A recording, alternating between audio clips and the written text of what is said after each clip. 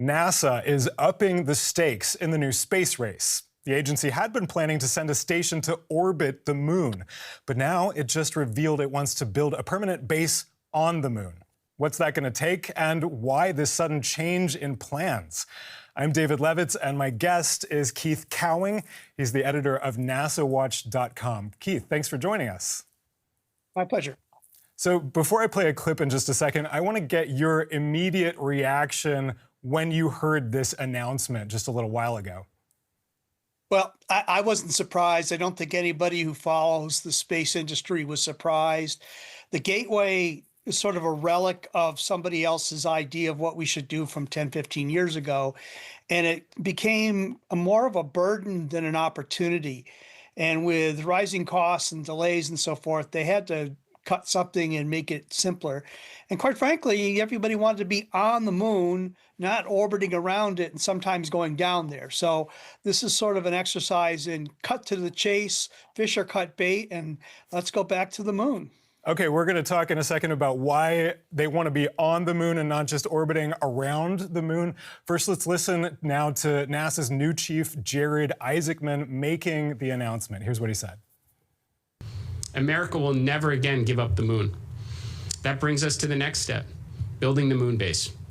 It should not really surprise anyone that we are pausing Gateway in its current form and focusing on infrastructure that supports sustained operations on the lunar surface. The moon base will not appear overnight.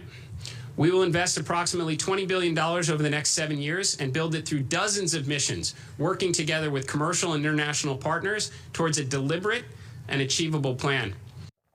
All right, Keith, you just said it. They want to be on the moon, not orbiting around the moon. What difference is that really going to make for researchers?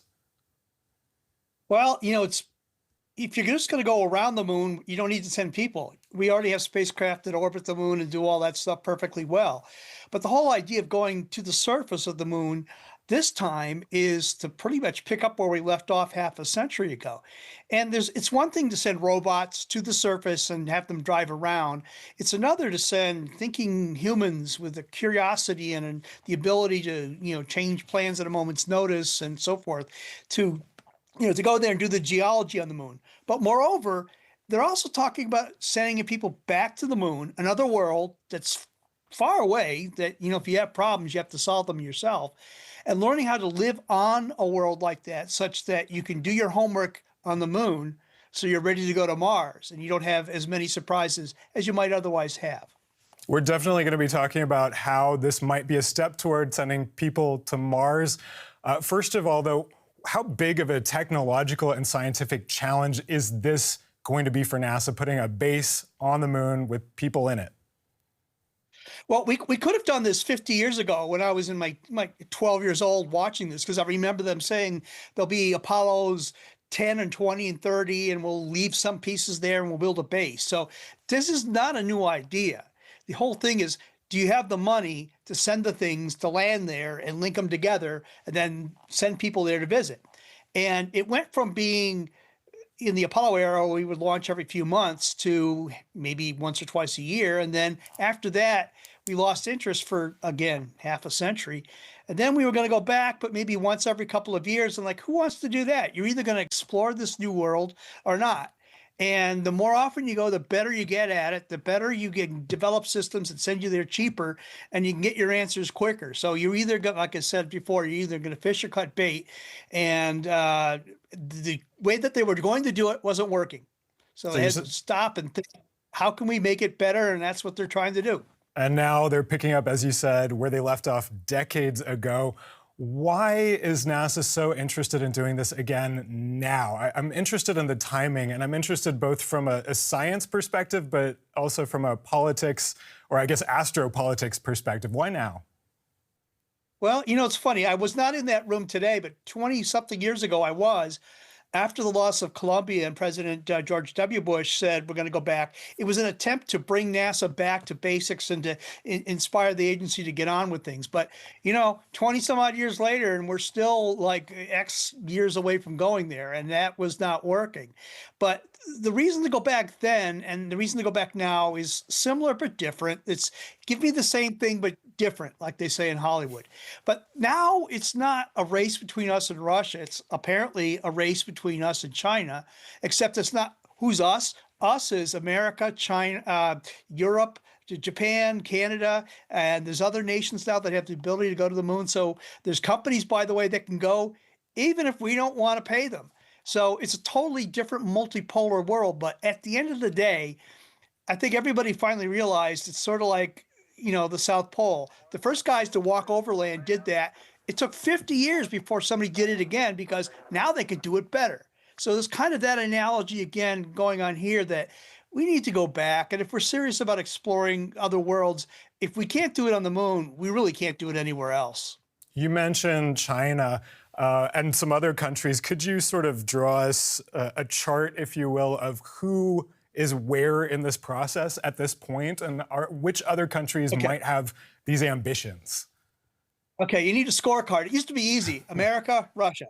But now it's India and Japan and several companies have the ability to build and send their own probes. They just need money. So they have that ability. That was once something that only we or the Russians could do. In terms of landing people on the moon, that's still difficult because we still crash a few robots. So we need to kind of get those skills back in place again. But China has followed a path that's very methodical. They've gone and built upon each thing. And if you look at their landers now, and you look at the pictures of what the landers will look like with people, they're just bigger versions. So they're doing a very methodical process there. And we've just been watching them do this in plain sight. And I think everybody's sort of saying, wait a minute, what about us? This administration has decided that there's a new space race. So throw that all into the pot, add some money and some little politics and some slogans. And here we are going back to the moon. Talking about the timing, though, from a politics perspective, does this have anything to do with Donald Trump being in the White House?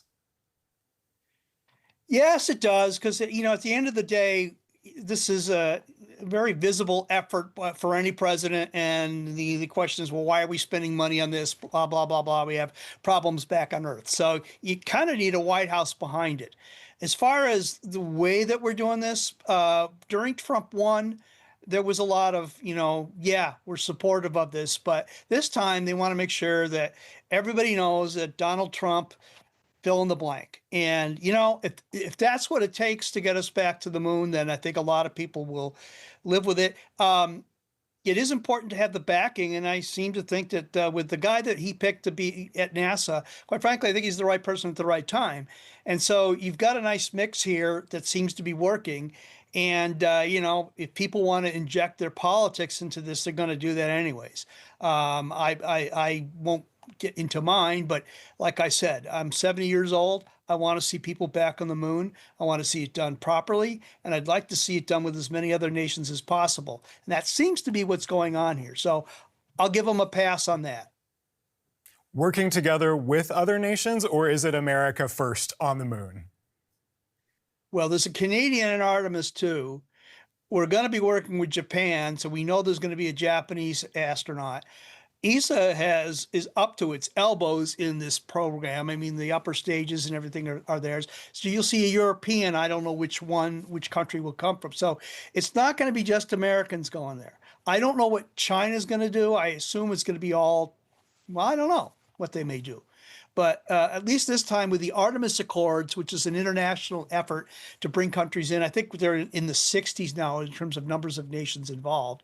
So it's like a mini United Nations sort of joining together on this. So that's good because there's a certain stability with this. And again, in terms of the international politics, we're not getting along with Russia right now, okay? But in space, we do, and we have been for a quarter century. So maybe the important thing, and I'll leave you with this, is the most important lesson we may learn from space is how to get along with each other back on Earth.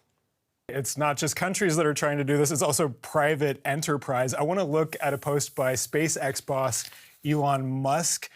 He also has his sights set on the moon, he said a little while ago. Let's pull up that post now.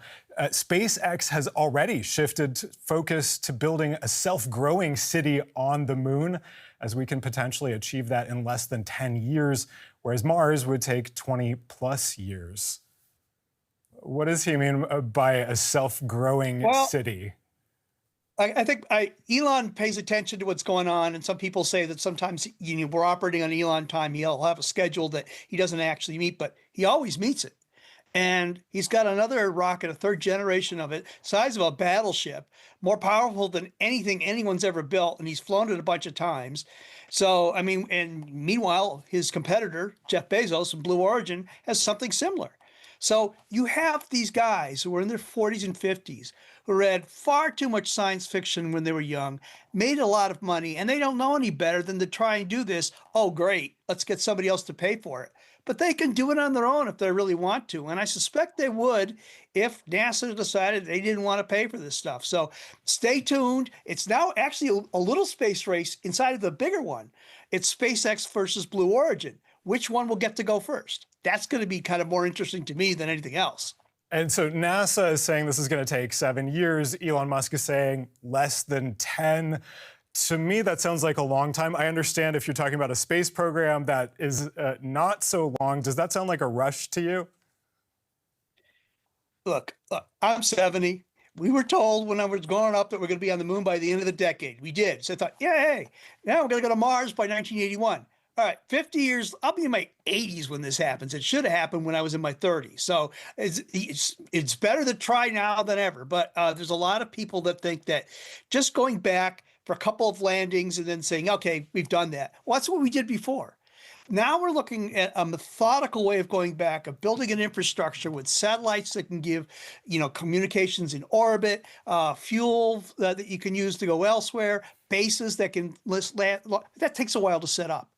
So it's like the difference between, and I've spent time at Everest Base Camp, between a sprint where you run up the mountain and a more sophisticated one where you build the infrastructure and then you take a bunch of people up again and again and again. It's a conscious choice to go back, to stay this time. And that takes a little longer. Stay there. Are we talking about people living on the moon at this point or just visiting? They'll visit and soon they'll just stay. It's kind of like the space station. We've had people living in space for a quarter of a century now, and it's, normal. What are they doing today? I don't know, floating around.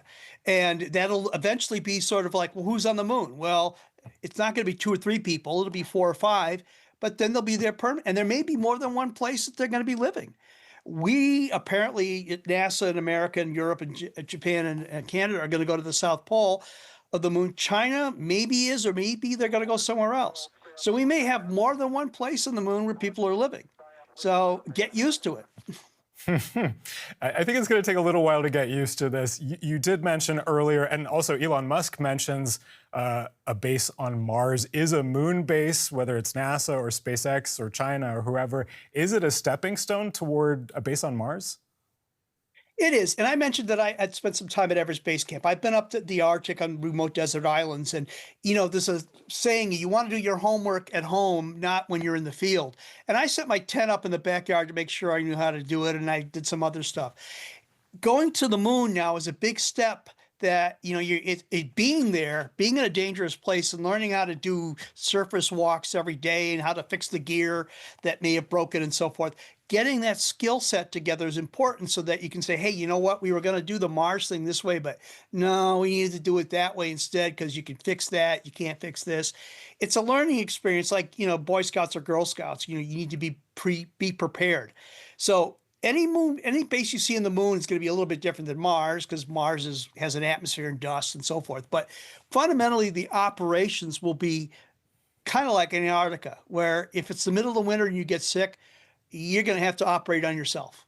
And you're going to have to figure out how to get through that So that's the sort of learning that we're going to be doing here, living off the land and, getting ready for longer term stays further away.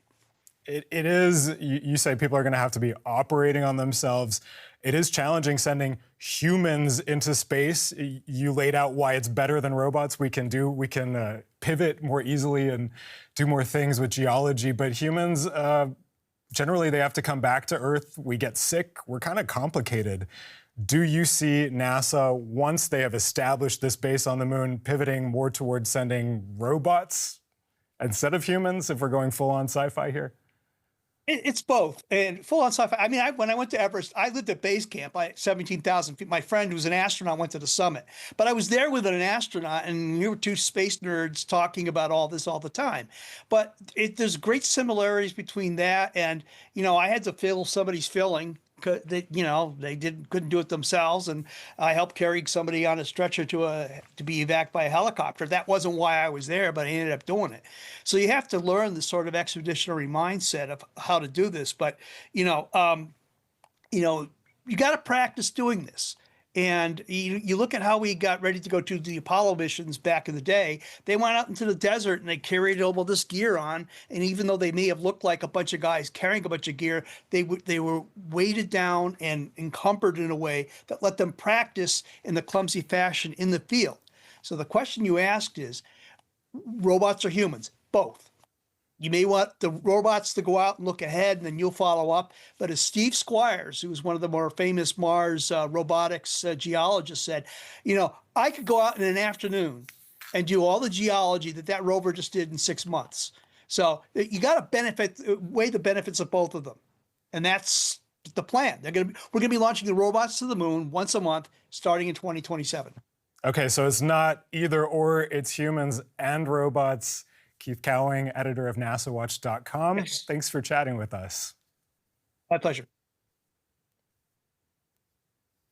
And what do you think? Is this one giant leap for humankind or something that's never going to get off the ground?